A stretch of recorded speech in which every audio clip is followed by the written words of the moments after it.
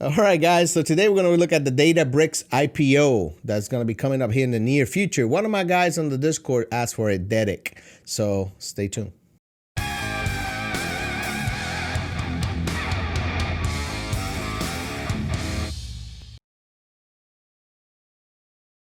What's going on, you guys and girls? My name is Jose. Welcome back to Rico Suave Investing. If you want to learn about the stock market, investing in financial freedom, then you get to the right place. So make sure you click the like button and subscribe.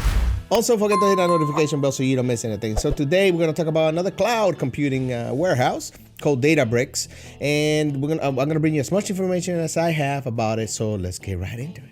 A quick shout out to my patrons. Your generosity and contributions allow me to do what I love to do and keep the channel growing, so thank you. If you like my content and want to see more of it, then please consider supporting me on Patreon. I've got 3 different tiers full of benefits like portfolio updates, private Discord channels, and a one-on-one phone call. You can now also become a channel member by clicking on that join button and signing up to receive cool badges, perks, and more. All right, so when is Databricks going public? Databricks hasn't released an IPO date yet. However, it's expected to list in the first half of 2021. The company was last valued at $6.2 billion. So we are looking at early next year, guys. Now, a quick thing to know is that Microsoft is actually backing this IPO, guys. So this is a Microsoft-backed Databricks IPO next year. Databricks Inc., whose business overlaps with data and analytics software maker Snowflake Inc., so they work together, all right?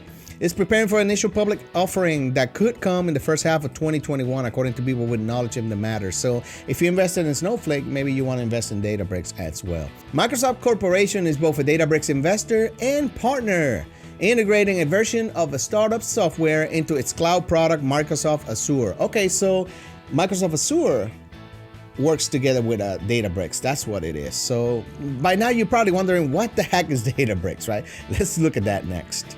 Here's a quick 3-minute video on what is Databricks.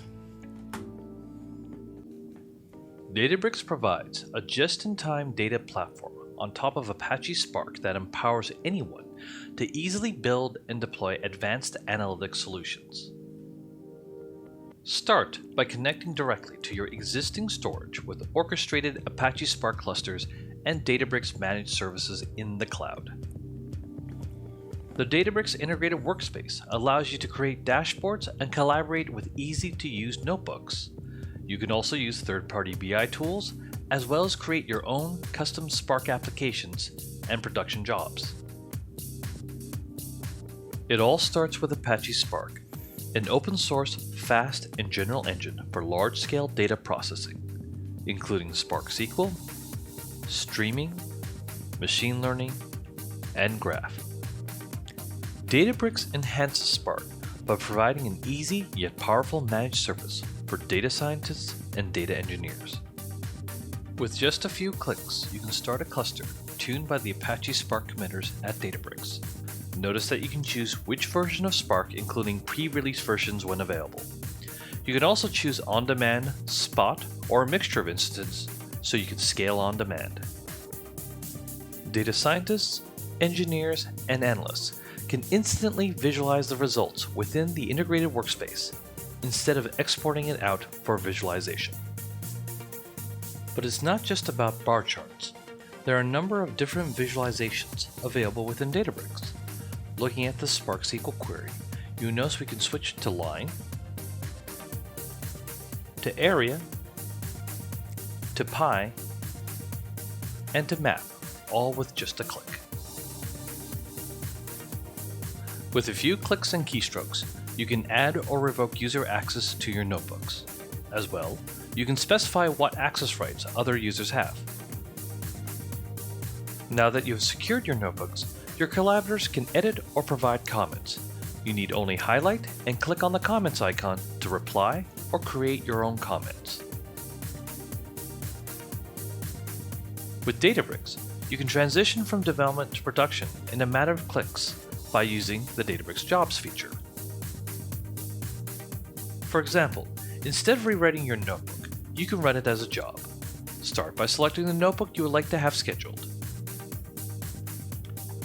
To run your periodic job, you can choose to use an existing cluster, one you keep continuously running, or build a new cluster, where the cluster is automatically created and terminated for the job. With a few clicks, you have a scheduled job that provides easy access to the active and completed runs. Databricks is advanced analytics made easy, from ingest to production with Apache Spark.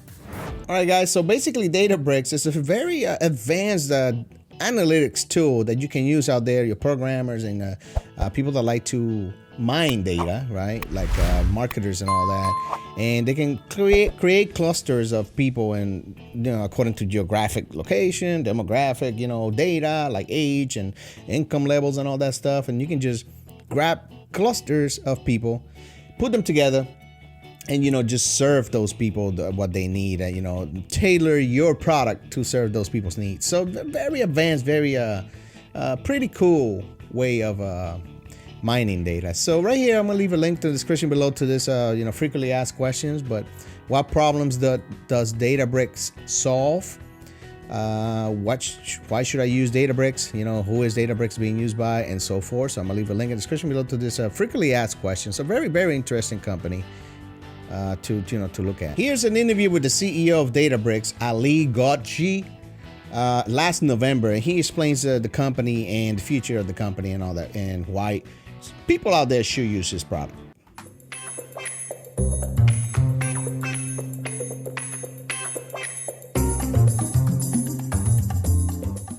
We're in the RSI, Amsterdam, at the Spark and AI Summit, where I'm speaking with Ali Ghodji, CEO of Databricks. Ali, 4 years ago, we spoke at this summit. We spoke with Patrick Wendell. Can you elaborate on the development since then?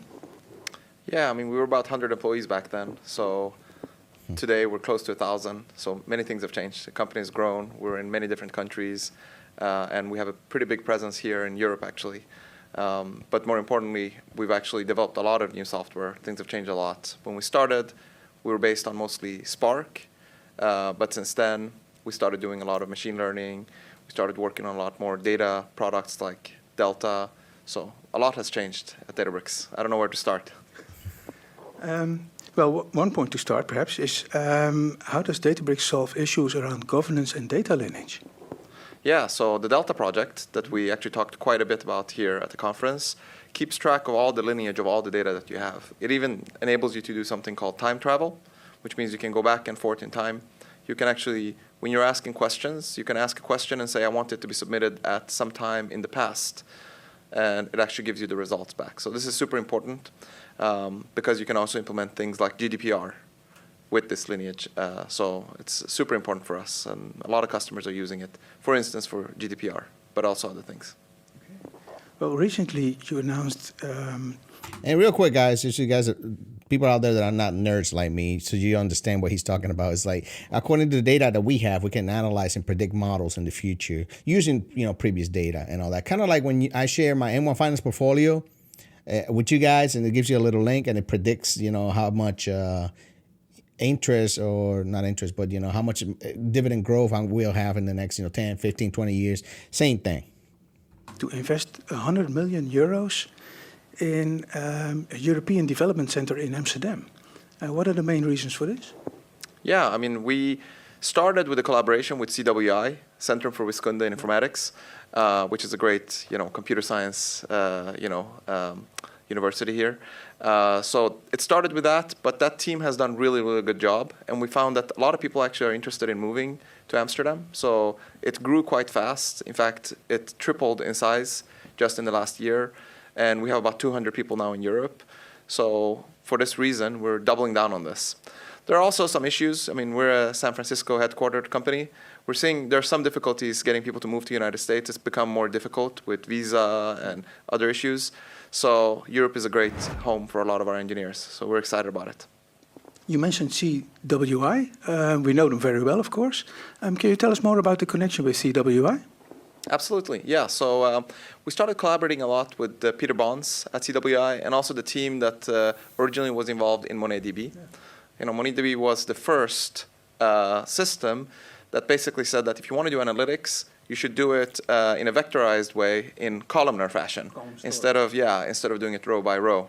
In fact, a lot of people think that was invented in the United States, but it was actually first invented here in the Netherlands by CWI we work very closely with that team. And actually, a lot of those people that worked on that project are now employees at Databricks in the European Development Center that we have. So it's a very tight collaboration between CWI and the MonetDB team, who now many of them are working at Databricks.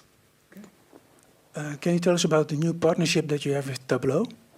Yes, Tableau is basically implementing a way in which you can directly now access all the data that you have in data lakes to Databricks. So it's great for them and it's great for us because most people have most of their data in data lakes. But in the past, they have not really been able to access it with BI tools. So with Delta, we actually now enable them to access all of that data and directly do BI on their data lakes. So both sides are very, very excited. There's a special connector that you can now find in Tableau for Databricks, and the usage of that has been very high at Databricks. So we're very excited about this partnership. Okay. And next developments, can you tell us something about the roadmap for Databricks? Absolutely. A lot of the things we do are around data quality, so we're going to continue to push for that, and automating a lot of things that have to do with data management. Today, developers have to spend a lot of time doing DevOps, manage machines. We're going to completely automate that away. So a lot of... All right, so DevOps, development operations and all that. So he's trying to automate the system. This is a very, very smart, program. If it's good for Microsoft Azure, it's good for me for sure. So I'm very impressed with the level of knowledge and future of the company. A lot of different serverless versions of the software that Databricks has had in the past will come in the future. So that's one area. So data management, data quality is going to be very important. Separately also, machine learning.